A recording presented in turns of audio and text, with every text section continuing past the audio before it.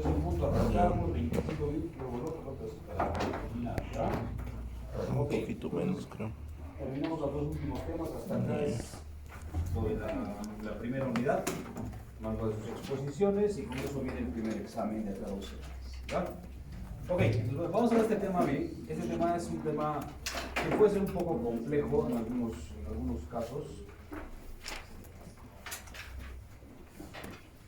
En algunos casos puede verse este tema en otras especialidades, ¿no? O sea, no es un tema netamente quirúrgico, ¿no? Hablando así a lo grande, ¿no? Porque este tema, incluso si ustedes lo ven así como un tema muy general de shock, pues eso tendría que verlo el médico intensivista, ¿no? Un médico intensivista se dedica pues a esto, los pacientes críticos, pacientes muy complejos, pacientes inestables, ¿no? O sea, la cabeza shock, ya, el paciente está mal, está inestable, tiene algún problema importante, ¿no? Entonces, normalmente un paciente que tiene estas características tendría que ser manejado en una unidad de cuidados intensivos, ¿cierto? Eso sería lo mejor, ¿no? No todos los pacientes pasan esas unidades por muchos temas, ¿no? Logística, el tema del hospital está lleno, hay muy pocas camas disponibles en una UCI, no hay intensivista a veces en algunos centros, entonces no todos los hospitales manejan de manera correcta este tipo de patologías, ¿cierto? Entonces, no vamos a enfocar mucho a ese tema porque es medicina intensiva, ¿no? Nosotros no vamos a hablar pues, de manejo de inotrópicos, manejo de bomba, manejo de una máquina de ventilación, de parámetros, de PIP, nada de esas cosas. O sea, nosotros en cirugía no lo vemos eso, ¿ya? Entonces podemos manejar inicialmente, pero después tenemos que dar el manejo ya complementario con el especialista, ¿no? Entonces, igual lo han podido ver, hay shock de muchas causas, han visto en medicina, puede haber incluso pacientes neurológicos, pacientes que tienen problemas renales, problemas cardíacos, ¿no? Entonces hay muchos tipos de shock. Entonces lo que más nos importa a nosotros en cirugía es ver dos tipos de shock, ¿no? O sea, el shock hipovolémico, ya, el shock hipovolémico y el shock séptico, ¿ya? Esos dos son lo que nosotros vamos a manejar, ¿no? Entonces es lo más importante para cirugía, ¿cierto? Entonces, un paciente que está en estado de shock es un paciente normal, ¿ya? Un paciente que está muy delicado, ¿ya? Vamos a volver. Pásalo al escritorio. Sí, está muy flojo esto, ¿no? Ya.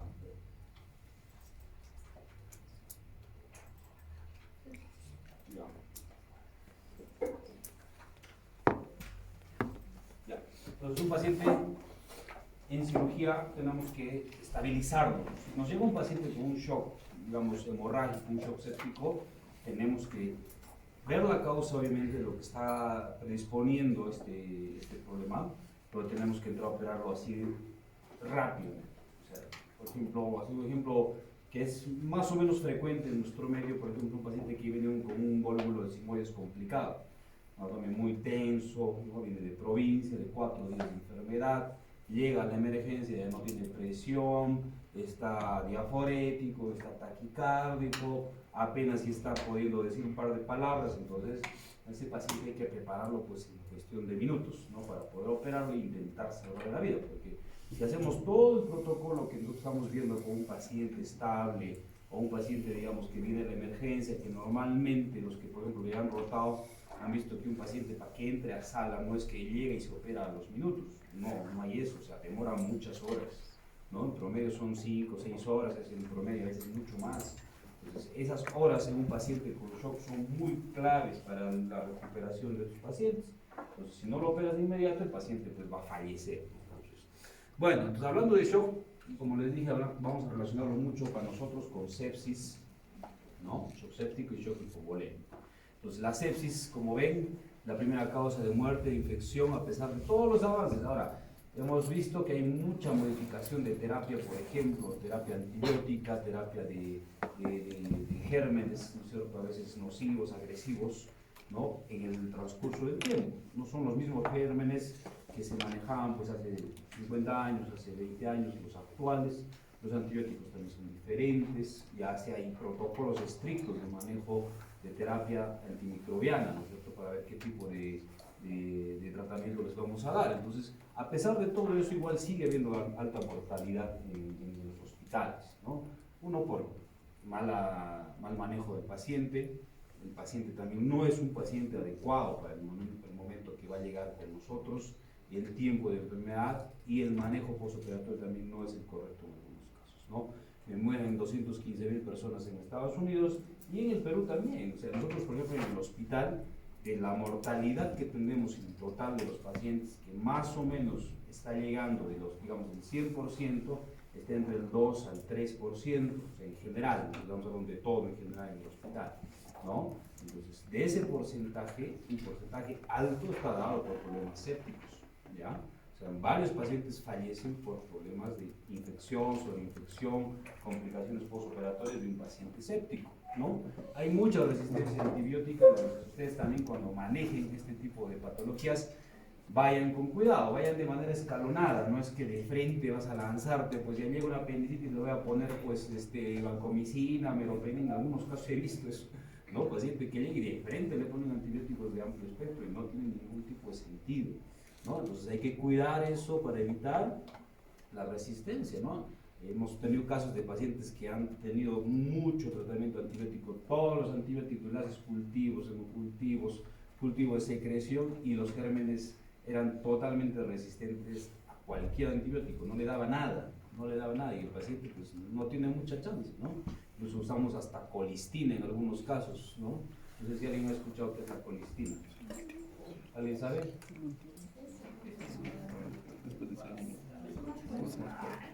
¿Qué es? ¿Qué es la colistina?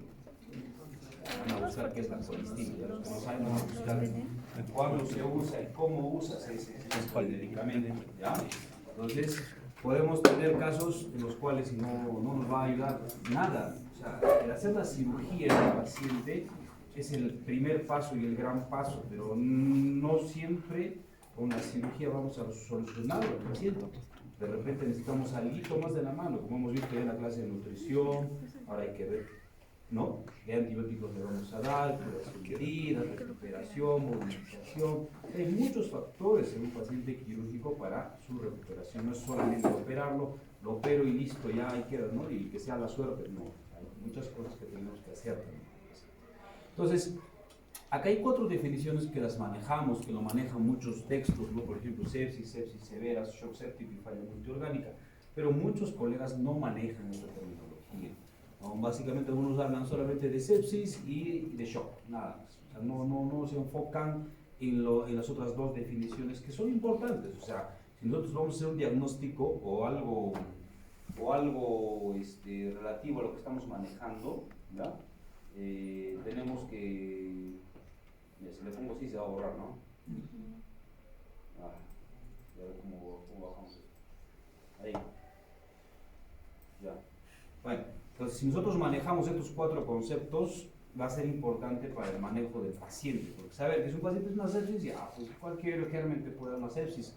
Si vamos a hablar de algo severo, una sepsis severa, vemos que ya es un paciente que no está tan inicialmente leve, entonces ya es algo un poco más complejo su cuadro. Cuando ya está en shock, entonces ya paramos las orejas, es el paciente está muy delicado. Y ya está en falla multiorgánica, entonces está muy bien. Pero puede ser un paciente que tiene sepsis y que también está haciendo falla multiorgánica, o que tiene una sepsis severa y falla multiorgánica, o un shock séptico y que también tiene falla multiorgánica. Entonces, pueden ir de la mano los mismos diagnósticos que estamos manejando. No avanza. Ya.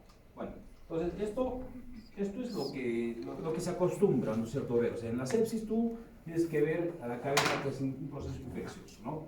Bacterias, virus, hongos, parásitos, todo. O sea, cualquier germen agresivo que te va a dar un síndrome de inflamación de respuesta sistémica, ¿no? Y todo lo que vamos a ver más adelante, ¿no? Olangitis, apendicitis, diverticulitis, el mismo trauma que lo vamos a ver en un rato, isquemias intestinales, gran quemado, o sea, cualquier panorama en el ámbito de cirugía te puede dar un desencadenante de una infección en cualquier momento de la evolución del paciente, ¿ya? De inicio en la parte media de la evolución, en el posoperatorio, en cualquier momento que puede pasar eso. Entonces, ¿cuál es la definición de sepsis? Pues es una afección potencialmente mortal que se produce cuando la respuesta del cuerpo a una infección ataca a sus propios tejidos y órganos. O sea, viene un germen, entonces el organismo trata de defenderse, ¿no es cierto?, del germen causal, pero no solamente ataca a lo sano, ataca también a lo está patológico y sano, las dos cosas. Y ahora, dependiendo del estado inmunológico del paciente o el estado general del paciente, vamos a ver la respuesta. ¿A qué voy? Por ejemplo, tiene un paciente que tiene poco tiempo de enfermedad, un cuadro de apendicitis agudo, ¿ya? Pero el germen es tan agresivo que hemos entrado, sale el apéndice apenas inflamado, pero el paciente estaba en un estado grave, estaba en un shock séptico con falla multiorgánica y tú entras a operar y ves, pero si el apéndice está apenas inflamado, o sea, de repente es otra causa, pero será la causa.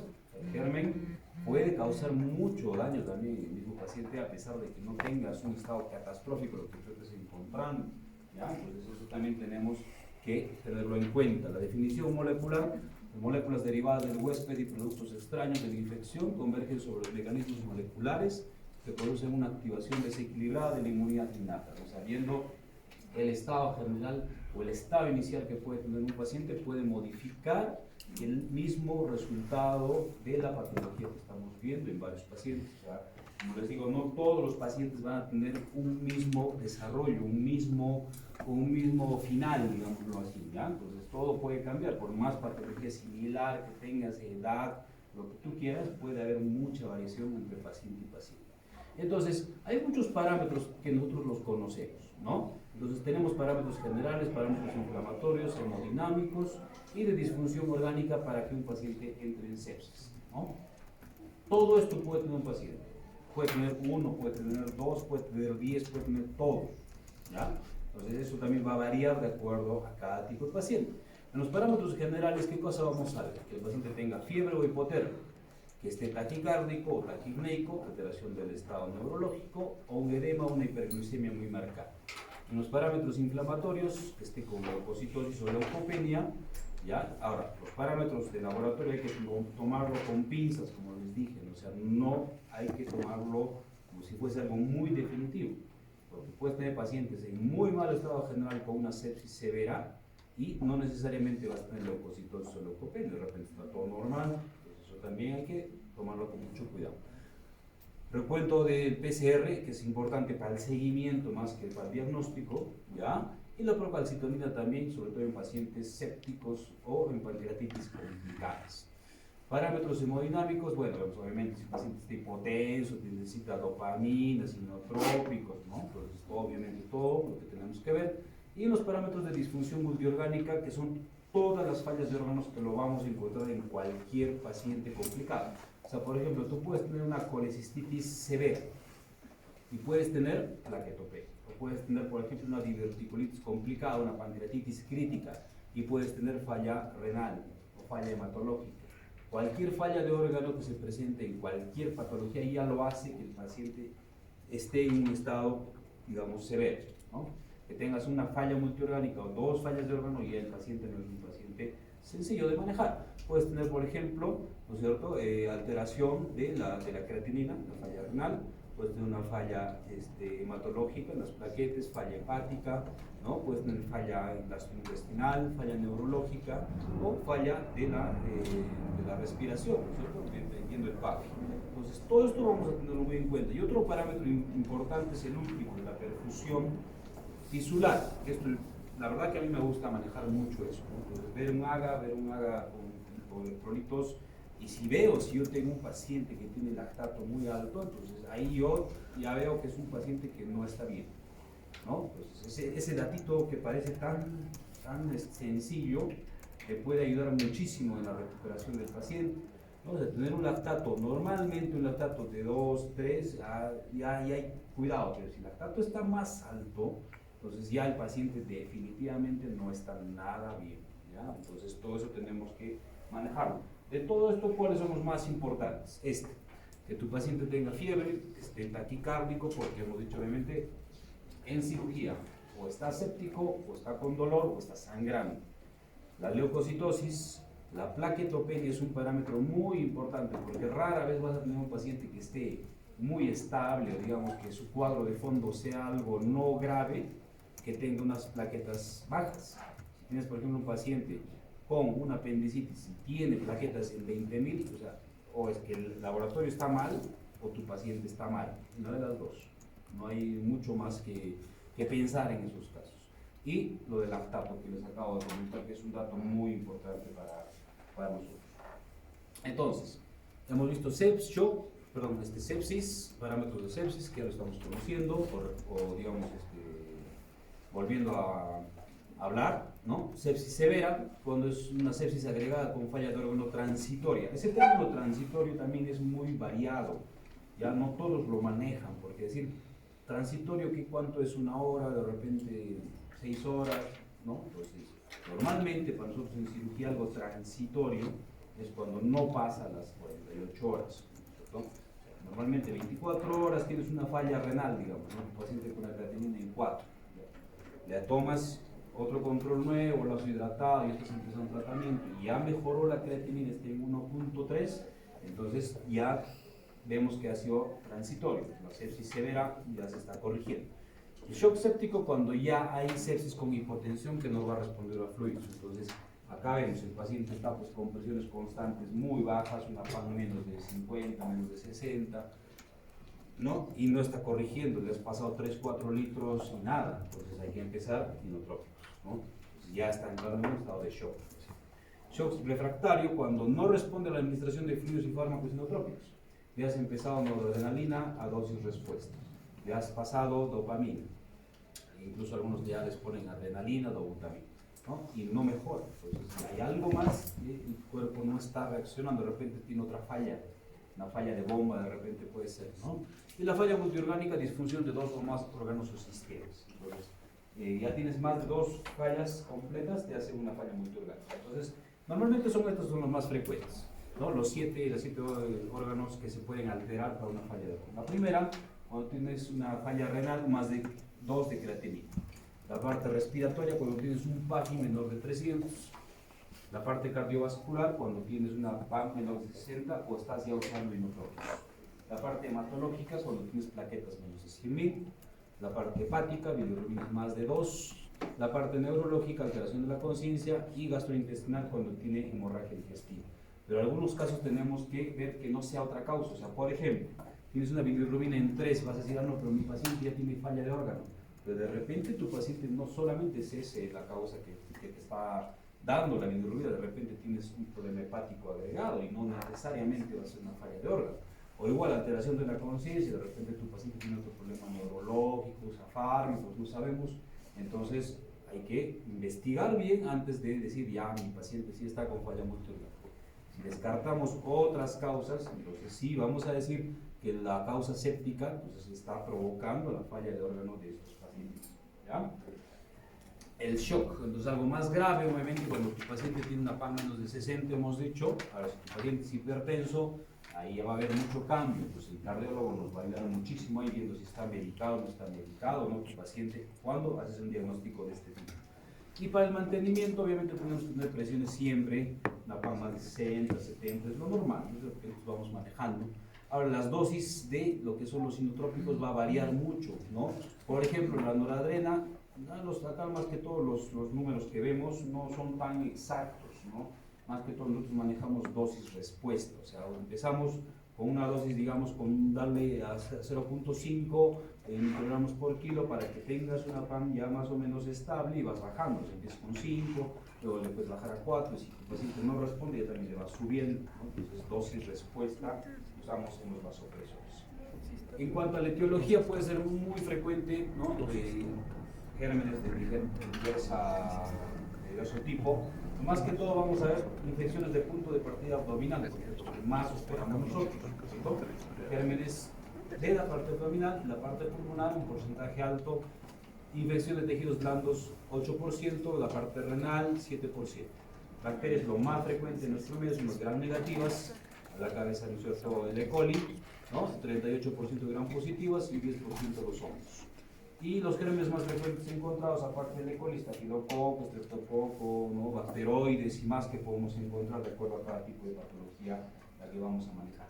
Entonces acá, por ejemplo, tenemos un paciente en el hospital que tiene un shock séptico, punto de partida a partes blandas, ¿no? Entonces tenía una escara necrótica grado 4, pero que ha empezado a aumentar, ¿no es cierto? Ha empezado a disecar la parte lateral glútea, incluso te hace una sepsis perianal, ¿no? Te hace una sepsis perianal, y esto puede terminar en un Fournier, una fasciitis y demás, ¿no? Entonces, de algo que puede ser algo muy sencillo de un paciente postrado, con solamente retirarle las escaras, ponerle un parche de coloide, por ejemplo, entonces eso le puede ayudar, pero puede terminar algo más grave.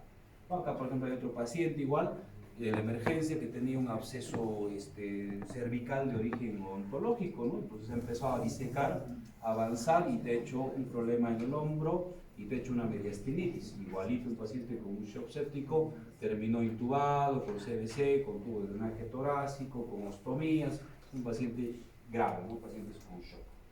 Entonces, de acuerdo a lo que estamos manejando, la fisiopatología, vamos a ver que la respuesta del hospedero, ¿no? Entonces, vamos a manejar de acuerdo a cómo el paciente va a reaccionar al germen agresivo. Entonces, va a haber liberación de exotoxinas, endotoxinas, las endotoxinas tienen un origen de la pared celular, los organismos gram negativos. Vamos a ver de acuerdo a la respuesta de los pacientes, vamos a ver las tres fases, ¿no? Que lo conocen. La fase 1, ¿no? Hay una respuesta local. Entonces, acá vienen, pues, ¿no? La activación de las cininas, ¿no? Las citoquinas, vienen los macrófagos, viene una respuesta paracrina en la fase 2 con alteración de la homeostasis. En la fase 3 ya empieza el CIRS que estamos viendo y puede haber falla de cualquier órgano. El primer órgano que falla normalmente es el riñón, ¿no? En casi todos los casos de los pacientes, ¿no? Entonces, ahí empieza la falla del paciente, después tiene falla pulmonar, falla cardiológica y demás, ¿no? Y de ahí después pasa a síndrome de falla multiorgánica o síndrome de disfunción multiorgánica, ¿ya? Entonces, hay muchos eventos que pueden pasar.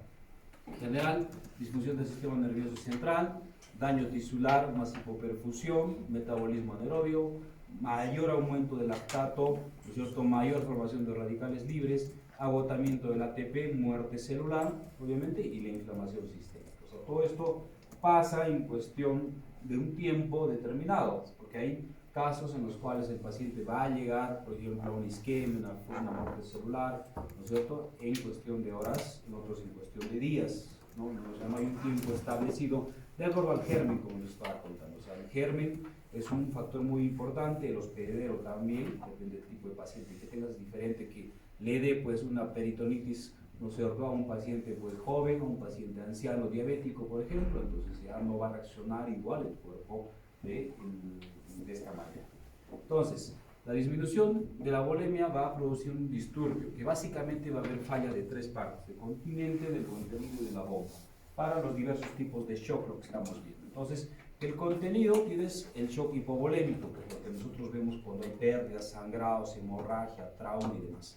En el continente vemos el shock distributivo, que hay muchas causas de shock distributivo, y falla de bomba cardíaca, el shock cardiogénico y el shock obstructivo. Entonces, de estos, por ejemplo, tenemos el shock distributivo, viene parte el shock séptico, el shock tóxico, el neurogénico y el anafiláctico. Lo que nosotros más vemos es el séptico. El tóxico neurogénico no lo vemos nosotros, y el anafiláctico puede darse en cualquier momento. O sea, puedes tener una anafilaxia por medicamentos, por contrastes, de repente estás operando un quiste diatídico y te hace una anafilaxia, también puede darse, pero son casos más aislados, ¿no es cierto? Entonces, lo que nosotros vemos es falla de contenido con el shock hipovolémico y falla de continente con el shock séptico. Entonces, lo importante que tenemos que recordar es esto. Entonces, por ejemplo, en el shock hipovolémico vemos que la PVC va a estar baja, el gasto cardíaco va a estar bajo, pero la resistencia vascular va a estar alta. En el shock cardiogénico, la PVC está alta, el gasto cardíaco bajo y la resistencia está ligeramente alta. En el obstructivo, vemos que la PVC está alta, el gasto cardíaco bajo y la resistencia también alta. En el séptico tiene dos partes. O sea, cuando inicia el paciente con un shock séptico, primero es un estado hiperdinámico. El paciente está hiperventilando, está diaforético, está muy taquicárdico, está con tendencia a mucha hipotensión. Entonces acá la PVC inicialmente está normal, el gasto cardíaco aumenta y la resistencia baja. Pero después, cuando ya es hipodinámico, cuando el paciente entra en una sepsis o un shock mucho más profundo, entonces la resistencia se mantiene y el gasto cardíaco es donde baja. ¿Cierto? Es la diferencia. En el neurogénico la PVC está baja, el gasto cardíaco bajo y la resistencia baja. Y en el anafiláctico igual, todos bajos, ¿no? Entonces acá, por ejemplo, igual tenemos otro ejemplo de un paciente, no sé si se logra ver, acá miren, es un vasito, es una endoscopía, ¿no es cierto? Un paciente que estaba en gastro, ¿no? Y empezó a sangrar, ¿no? Tenía una hemorragia digestiva masiva, no lograban encontrar el punto exacto, encontraron ese vasito, ¿no? Que chisgueteaba, ya le habían pasado como 4 unidades de sangre, el paciente estaba hipotenso, ¿no? Y nada, no podían controlarlo, entonces lo operamos, entramos a sala de operaciones y hemos encontrado pues esta imagen acá, ¿no? Hemos hecho una gastrotomía y era pues un vaso sangrante, una úlcera gástrica sangrante, ¿no? Entonces se puso una ligadura en 2 planos, ¿no? del vaso sangrante y se cerró y listo, se solucionó. O sea, un shock hipovolémico que pasó en cuestión de minutos, ¿no? Entonces ya el gastro estaba como 30, 40 minutos en endoscopía, en el cuarto paquete de sangre, el paciente seguía, entonces ya no había otra opción, no había otra solución de meterlo a sala, porque si no el paciente se iba a descompensar mucho más. Los que le sigues pasando paquetes de sangre, eso no va a tener ningún sentido, o sea, tienes que ir a contener la causa del shock, ¿no? Entonces, con una cirugía rápida se soluciona el paciente y después no hubo ningún inconveniente con el paciente. Entonces, acá recordar que las defensas antiinfección son básicamente 3, ¿no? La barrera física, que básicamente es la piel. Entonces, si tú tienes una integridad de una piel buena, sana, intacta, ¿no es cierto? Entonces te va a ayudar un poco, ¿no? Entonces al mecanismo, a la recuperación del paciente, a que el germen no penetre de manera pues, fácil al organismo. La barrera celular, pues ya lo saben, los polimorfonucleares, ¿no? La defensa de los leucocitos y demás. Y la barrera química con los factores pues, de complemento, las citoquinas y todos los factores que pueden dar la defensa del mismo organismo. Entonces un paciente con sepsis puede tener varias presentaciones, ¿ya? Entonces acá por ejemplo le ponemos una clínica inespecífica y verdad, puede pasar eso porque la clínica no va a ser igual en todos los pacientes. Entonces puedes tener 1, 2, 3 sintomatologías o de repente ni una o de repente todas en los pacientes con un shock séptico. Puedes tener fiebre, pues de hipotermia, taquicardia, taquipnea, hipotensión, alteración de la conciencia, leucocitosis, leucopenia, anemia, trombocitopenia, coagulación intravascular diseminada, hemorragias altas o bajas, ilio, ictericia o hipoglicemia. Entonces tú puedes tener cualquiera, pero las que están, ¿no es cierto?, entre paréntesis, que dicen mal pronóstico, o sea, si tu paciente te hace un debut, llega a tu consultorio de emergencia y está hipotérmico, o tiene neutropenia, o tiene CID, en ese inicio, antes de que tú hagas el diagnóstico, antes de que lo operes y más, es un mal pronóstico para el paciente. O sea, vemos de que la resolución, el pronóstico no va a ser agradable, no va a ser bueno para este tipo de pacientes, porque ya están debutando con algo extremo, ¿no? Entonces, hay que tener mucho cuidado con esos pacientes, atenderlos mucho más rápido, llegar a la causa mucho más rápido, hacer un diagnóstico y un tratamiento muy agresivo en estos pacientes, ¿ya? Diagnóstico, entonces, para este tipo de pacientes hay que ver, obviamente, una historia clínica completa, correcta, investigar el tiempo de enfermedades clave en estos pacientes, un buen examen físico también para que no se te vaya nada. Los cultivos, que eso lastimosamente no se cumple. Es bien raro de que alguien llegue y ya tu paciente esté en shock y le estés tomando cultivo ese rato, nada, es mentira. Muy pocos centros hacen eso, ¿ya? Entonces, pero sería lo ideal. Exámenes de laboratorio, bueno, ya todos los prequirúrgicos que conocemos, y los estudios de imágenes que va a ser necesarios en algunos sí, en algunos no, porque recuerden que es un paciente que está mal, inestable normalmente. Entonces no vamos a estar esperando, ya sabes que no lo voy a operar porque no tiene una tomografía. No voy a decir dónde, pero hay algunos centros que solamente, por ejemplo, operan las obstrucciones si no tienen tomografía. Si tu paciente está mal, no vas a pedir una tomografía, o sea, no tiene ningún sentido. Entonces hay que tener un poco de criterio en esos casos. Entonces los hemocultivos normalmente deberían de ser 2, ¿no es cierto?, en fiebre, como les digo, no se cumple, pocos centros hacen. El PCR hacemos para el seguimiento, ¿no es cierto? Normalmente Más de 50 ya tienes un parámetro amplio. Ahora, el laboratorio del PCR hay que verlo, porque el PCR cualitativo no te va a servir, tiene que ser un PCR cuantitativo. Normalmente los laboratorios te mandan los resultados de 0.5 hasta 2 o hasta 5 de manera normal, o sea, es el valor normal. Entonces, hay que fijarnos la referencia del laboratorio, ¿ya? Entonces, eso es importante. La procalcitonina, igual, un parámetro normal menos de 0.1, en pacientes sépticos más de 10 o hasta 100 ya es algo grave, y acá hacemos seguimiento cuando veamos la patología de pancreatitis, la procalcitonina en pacientes que tienen pancreatitis severa o crítica, entonces ahí sí nos va a servir para ver en qué momento ese paciente va a ser candidato a alguna cirugía o no. Y el lactato tiene que ser menos de 200, idealmente menos de 1, lo mejor, porque hemos visto que tiene más de 2, ya puede ser un paciente complejo y complicado. Hacemos la puntuación SOFA, esto lo manejan mucho en la UCI, ¿ya? Que es un score muy completo, ¿no? Que se puede manejar diario, ¿no? Entonces tienes un cuadrito donde te va a decir un score desde el 0 hasta el 4 y vas a manejar, ¿no? los 5 parámetros más importantes que tenemos. Uno, el PAFI, ¿no? Entonces, si tienes, por ejemplo, un PAFI de menos de 400, vas a tener un punto. La parte de coagulación, las plaquetas, si tienes, por ejemplo, plaquetas menos de 100.000, vas a tener 2 puntos. La parte del hígado, las bilirrubinas, tienes más de 2 de bilirrubinas, igual tendrías los 2 puntos. La parte hemodinámica con el PAM, si va a usar inotrópicos, vasopresores o no, entonces también van a tener un puntaje.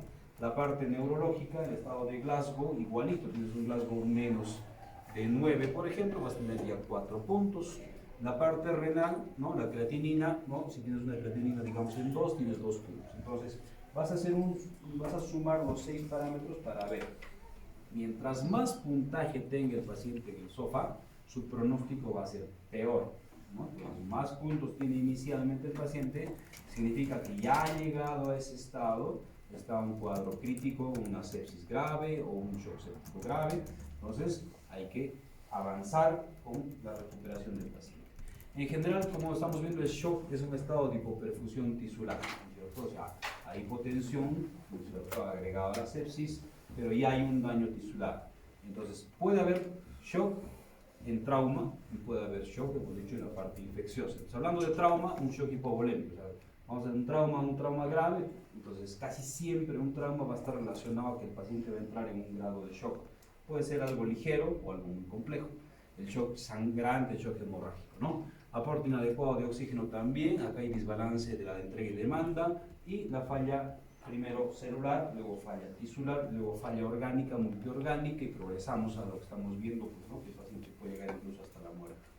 Entonces, acá nosotros en el shock lo vemos como un iceberg, nosotros lo que vemos es prácticamente la parte alta, lo que conocemos, mejor dicho, nosotros, ¿no?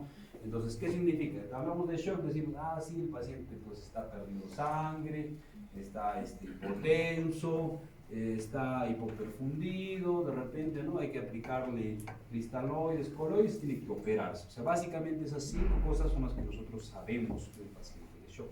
Pero todo lo que está abajo prácticamente nadie lo maneja, ¿no es cierto? O sea, ¿qué cosa hablar? Del CIRS, hablar de una gasometría arterial específica, hablar de exámenes muy específicos que no hay acá, por ejemplo, la tromboelastografía o la rotación tomográfica, hablar de vasopresores, hablar del uso específico del ácido tranexánico, que es un tema interesante, ¿no? O sea, no es que tú le colocas solamente ácido tranexánico a todo paciente que está sangrando, no, o sea, tiene indicaciones, tiene complicaciones, contraindicaciones, también tiene el uso del ácido tranexánico. ¿Cuánto tiempo vamos a darle el tratamiento de este tipo de pacientes? ¿Cuánto va a ser la resucitación que vamos a dar? ¿Cuánto vamos a hacer de un protocolo de recuperación masiva? ¿No? Entonces, ¿cuándo vamos a hacer un RIBO acá, por ejemplo? ¿No? Este es un procedimiento especial, ¿no? Y hay muchas más cosas que se pueden hacer, es algo bien complejo, ¿no? Entonces, eso lo manejan también los intensivistas cuando tienes un paciente así de crítico. Entonces, hablando ahora de un shock hipovolémico, ¿cuáles son las manifestaciones clínicas? Un paciente obviamente ya tiene pérdida de sangre, vas a ver la parte física. El paciente está pálido normalmente, puede haber una cianosis distal, un llenado capilar lento obviamente, ¿no? Puede haber frialdad, deterioro del estado de la conciencia, agitación psicomotriz, taquicardia a la cabeza es lo primero que aparece, taquipnea, y vemos que el paciente está pues, en oligoanuria en algunos casos, ¿ya? Entonces eso vamos a verlo con nuestros pacientes. Entonces las manifestaciones clínicas del shock hemorrágico hipovolémico, hemos dicho que un paciente cuando pierde básicamente hasta 750 cc del gasto cardíaco, el paciente está muy tranquilo, ¿no? O sea, en el grado 1, tu paciente ha perdido esa cantidad de sangre y no manifiesta prácticamente nada. La frecuencia cardíaca está normal, la presión normal, ¿no? La frecuencia respiratoria también normal. Lo único que el paciente está un poquito ansioso, obviamente, por un trauma, lo han golpeado, tiene un accidente, lo que quieras. El paciente está pues nervioso, ¿no? Está ansioso, está pues, preocupado, ¿no? Entonces, más que otra cosa no encontramos, evidentemente. Cuando ya hay un grado 2 de un trauma o un shock hipovolémico hemorrágico, ya hay una pérdida de 750 a 1500 ml. Ya empieza la taquicardia, leve, pero sí hay, ¿no? La presión todavía se mantiene y la frecuencia respiratoria empieza a aumentar. Tu paciente ya está un poquito más ansioso. En el grado 3 ya hay una pérdida entre 1500 a 3000, la taquicardia ya se hace más evidente, la presión ya empieza a bajar, la frecuencia respiratoria también empieza a aumentar y el paciente ya está pues ya más confundido, ya prácticamente no desorientado, no te habla bien, ¿no es cierto? Entonces ya hay algo que está más complejo en el paciente. Y el grado 4, la pérdida más de 2000, la frecuencia cardíaca está muy alta, incluso hay pacientes que hacen fibrilación, ¿verdad? La presión está baja, la frecuencia respiratoria muy alta y el paciente ya está pues ya prácticamente en coma, ¿no es cierto? Está letárgico, no responde al interrogatorio, no hay respuesta al dolor y más. Entonces ya es un paciente que ya está en un estado grave, ¿no? Entonces, ¿qué puede pasar? Nos ha pasado pacientes con traumas abdominales, con estallamiento de hígado, vaso, entonces nos llegan así, ¿qué puede pasar? Una cosa importante, manejar sería el índice de shock. Es algo bien sencillo, miren, toman la frecuencia cardíaca y la presión arterial sistólica y ahí te dice si tu paciente está o no en un estado crítico.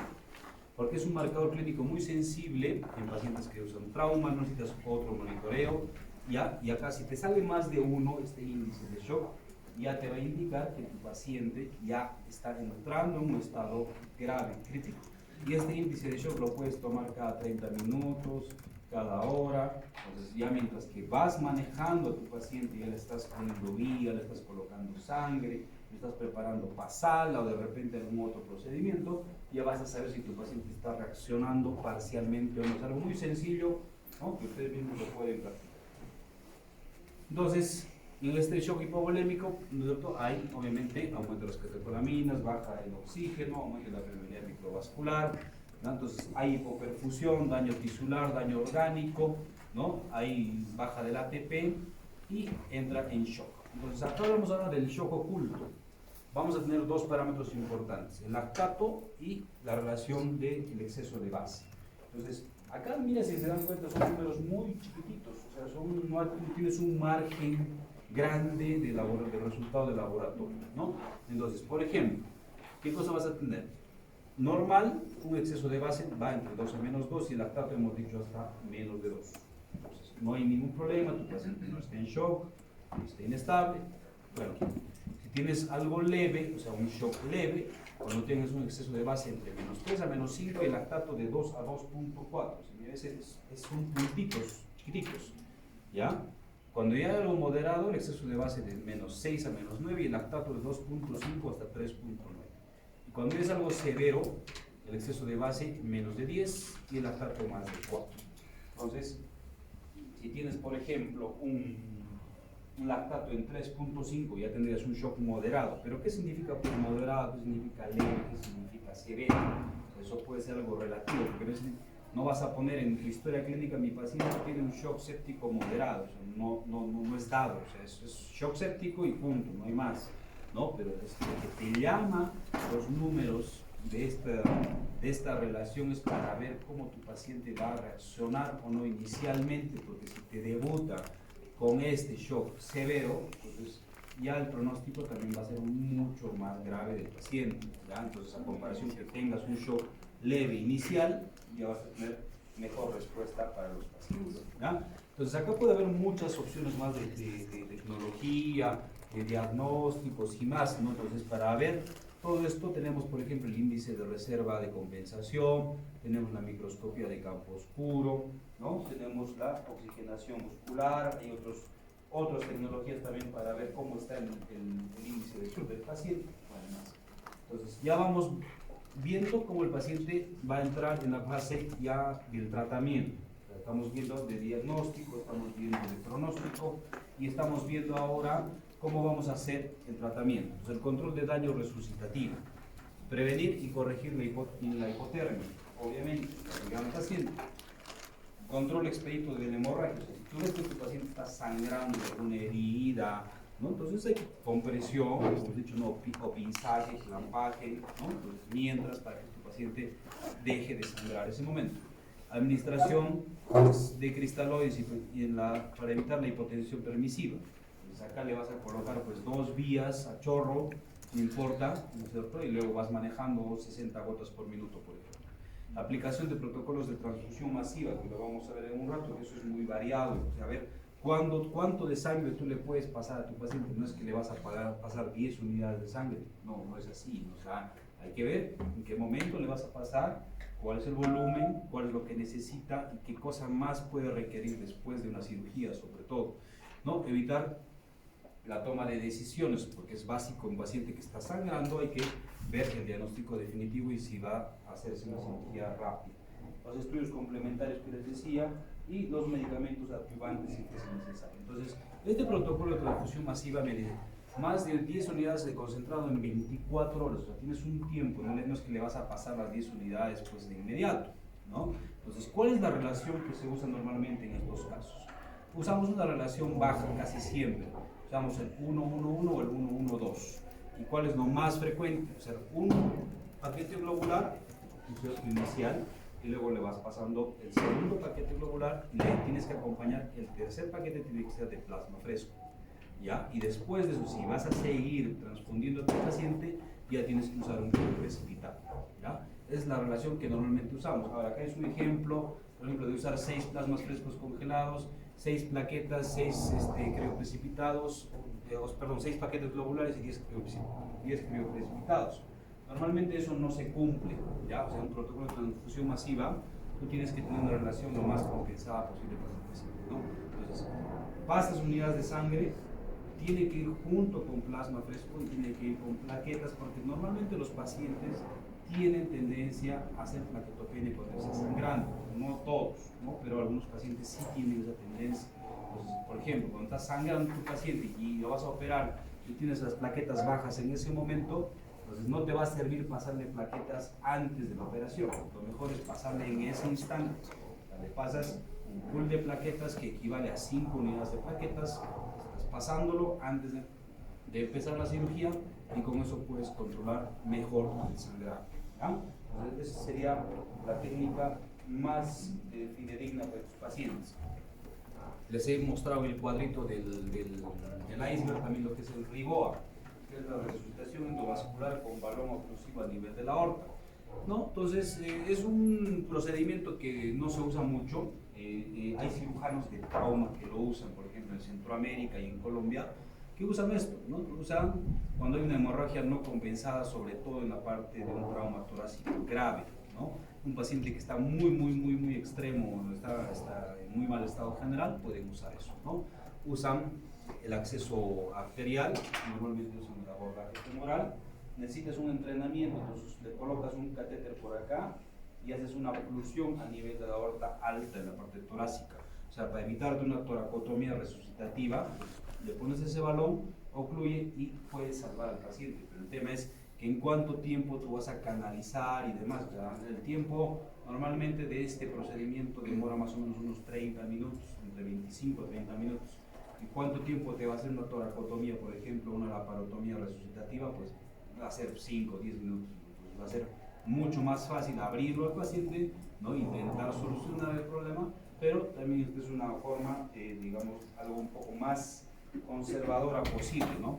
Pues tenemos que evitar esto. Por ejemplo, me están clampando un vaso, suelta, el interno del residente lo suelta y toda la sangre viene para ahí, ¿no? Entonces hay que tener mucho cuidado cuando hacemos cirugía vascular, sobre todo porque el flujo es muy alto. O sea, operar una una parte de una cirugía de disección ilíaca, retroperitoneal, de los vasos mesentéricos, ¿no? Entonces ahí hay mucho flujo, ¿no? En la vena porta, en la vena cava, entonces puede pasar. Entonces, hay una guía internacional para el manejo de sepsis y shock séptico, ¿ya? Que es una guía actualizada que tiene varios ítems, creo que es hasta la O, no me equivoco, para el manejo y supervivencia de tus pacientes. Entonces, el tratamiento va a ser, ¿qué cosa? En el A, va a hablar de la resucitación inicial.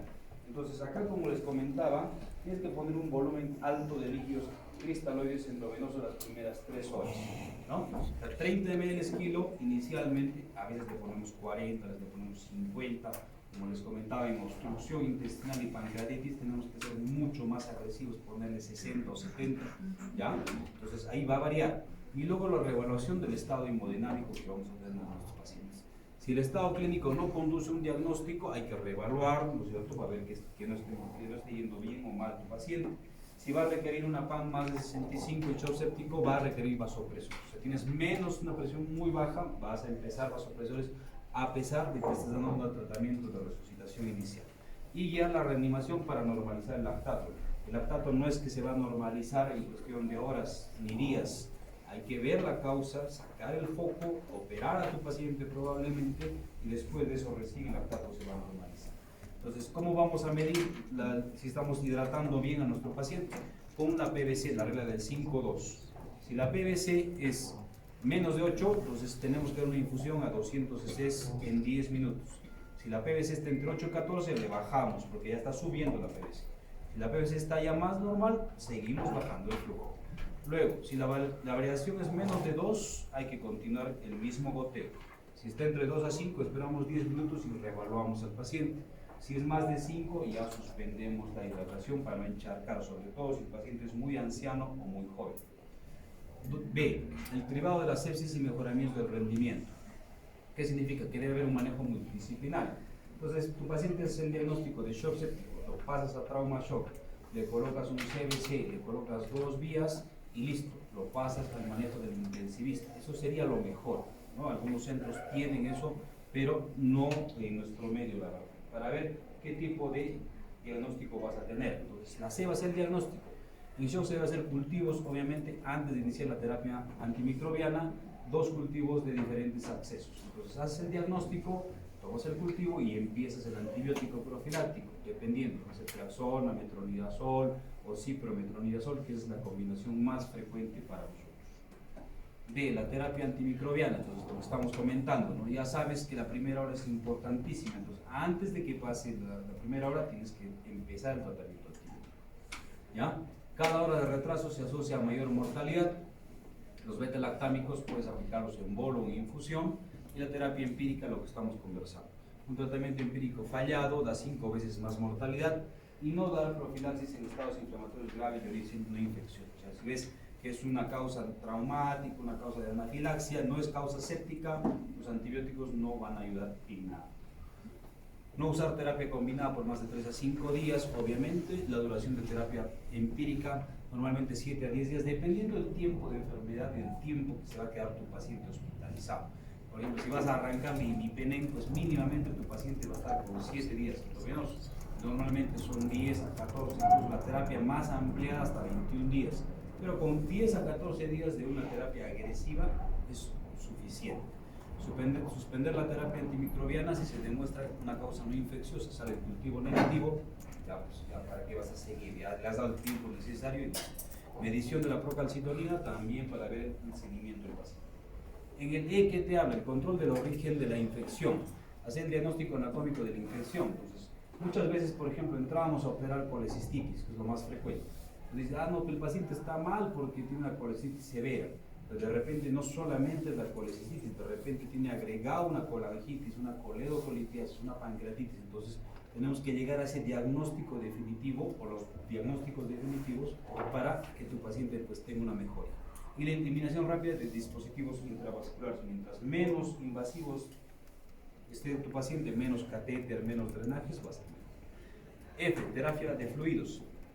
Usar cristaloides balanceados, solución salina, usar albúmina si se seguirá con grandes volúmenes de cristales. Normalmente le colocamos esta albúmina, nosotros usamos 1 o 2 frascos diario para ayudar sobre todo a la parte nutricional y a que el paciente, pues después de eso, forcemos diuresis, ¿no? O sea, le colocas un frasco de albúmina, le colocas 1 o 2 ampollas de furosemida para eliminar. El tema es que la albúmina es un poco caro, cada frasquito cuesta entre unos 300, 400 soles más o menos, así que por eso no podemos usar en todos los pacientes con sepsis. Medicamentos vasoactivos, usar noradrenalina como primera elección, pues a dosis respuesta, lo que estamos hablando. Luego usar dopamina en casos seleccionados, ¿no? Con bajo riesgo de taquiarritmia y bradicardia, usar dobutamina ante evidencia de persistencia.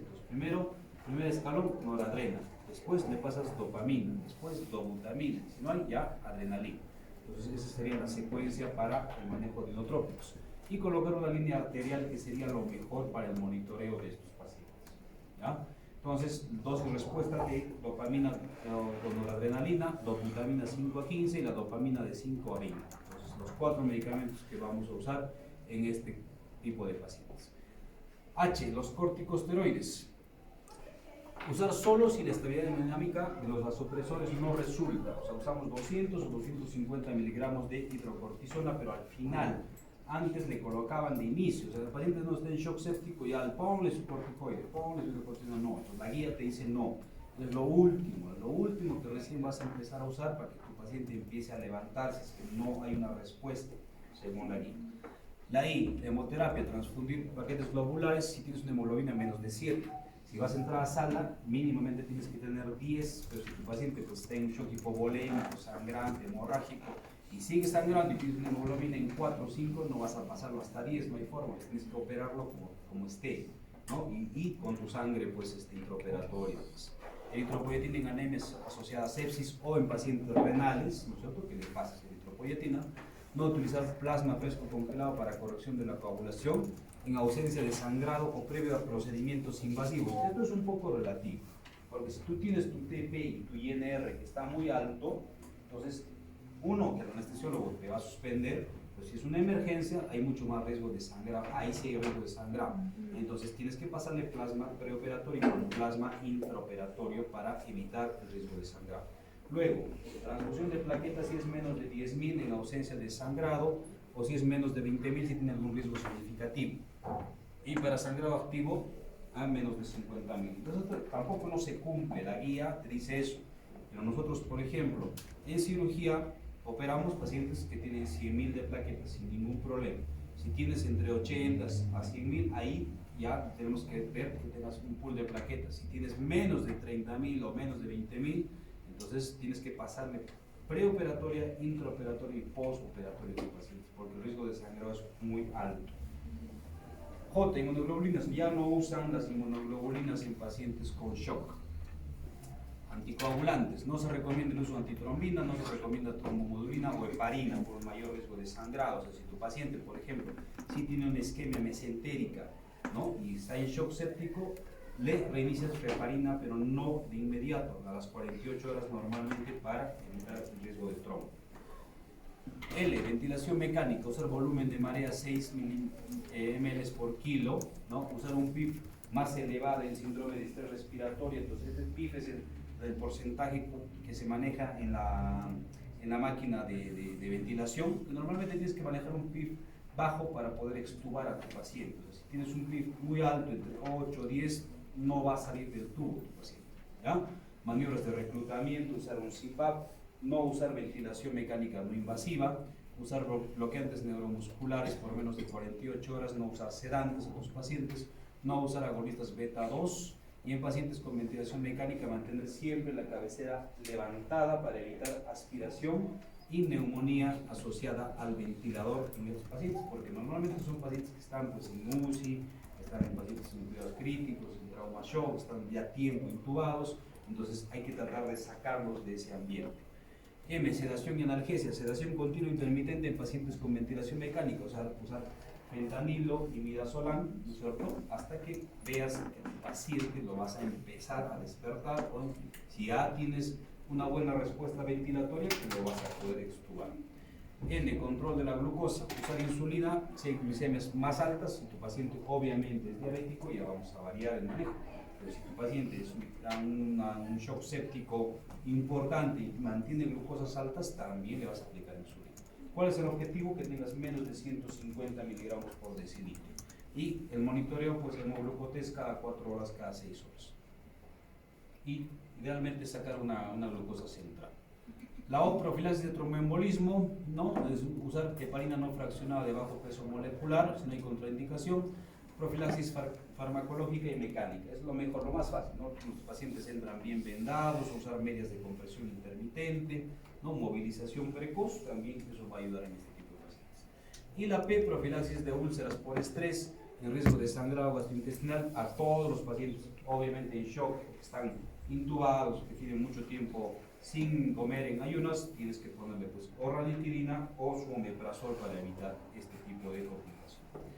La Q, la nutrición, usar nutrición enteral, ya lo hemos visto cuándo, y en la anterior clase, cuándo usar nutrición enteral, cuándo usar nutrición parenteral, iniciar infusiones rápidas, alimentación trófica, no se recomienda ácidos grasos, uso de procinéticos e intolerancia alimentaria, cuando hay mucho hilio, cuando hay mucho vómito, damos metoclopramida, damos levosulfiride, colocación de sondas postpilóricas en caso de estenosis o broncoaspiración, y no se recomienda arginina ni glutamina tampoco en la parte inicial de nutrición de tus pacientes. ¿Ya? Muy bien. ¿Alguna duda, chicos? La anterior clase hemos hecho